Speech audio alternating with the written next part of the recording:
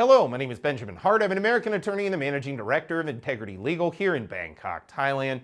As the title of this video suggests, we're discussing I-601 waiver approval, subsequent protocols associated with I-601 waiver approval, and the issuance of a U.S. marriage visa. For those who are unaware, there are three types of marriage visas that a foreign spouse may be eligible for, depending on the citizenship of the petitioning spouse. So for folks that are a green card holder in the United States, you may be able to seek an immigrant spouse visa for your spouse who lives abroad. Under those circumstances, we're talking about either the IR-1 or CR-1 petition, or I should say IR-1 or CR-1, ultimately the visa. And again, that category, whether or not it's issued as CR-1 or IR-1, will depend upon the duration of the marriage at the time the visa is not only issued, but at the time of the entry to the United States of the person who has the visa. So there's that side of it.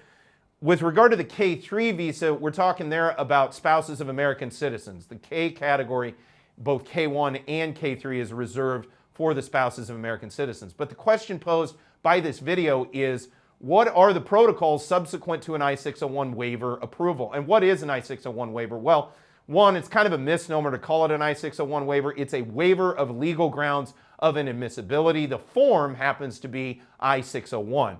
That being said, what is it? Well, in the event that a foreign national, a spouse of a U.S. citizen or lawful permanent resident, is found to be inadmissible to the United States due to a legal ground of inadmissibility as set forth in the Immigration and Nationality Act, it may be possible to seek a waiver of that finding of inadmissibility and allow that person to get their visa and come into the United States. Again, the underlying facts in the given case will drive the analysis regarding the issuance or finding of ineligibility to enter the United States, inadmissibility. Again, the facts will drive that analysis. But let's get past the issue of I-601 waivers themselves. I've discussed that at length in other videos. What happens after the approval? Well, basically, you got to go back and now, okay, the waiver's approved. You got to go back and deal with the embassy to go ahead and get the visa itself issued. And again, the protocols associated with that will depend on the U.S. Embassy or U.S. consulate's protocols locally with regard to post-waiver approval. Again, it depends a little bit. That said, certainly one thing that usually comes up after a waiver is issued is we oftentimes have to go back and deal with getting the medical exam reissued, sometimes the police clearance reissued, because those documents may have gone stale, if you will, in the time it's taken to process the waiver itself, which presently most I-601s that I'm looking at take about a year to process. Now, again, the facts of the underlying case may drive some analysis on that, and it may be faster than that. I haven't seen it move much faster than that, but long story short, 9 months, a year is what you're looking at in terms of processing time associated with the waiver. But again, what happens after the waiver is issued? Well, you need to go back and deal with the visa issuance authority, notably the embassy or the consulate,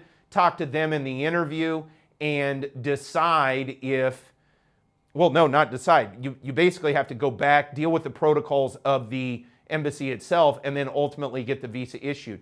Different embassies have different protocols. Here in Thailand, we're quite used to dealing with the visa section at the U.S. Embassy here in Bangkok. And for those who feel a little bit overwhelmed by this entire process, may not be a terrible idea to contact a legal professional, gain some insight and guidance into how best to proceed.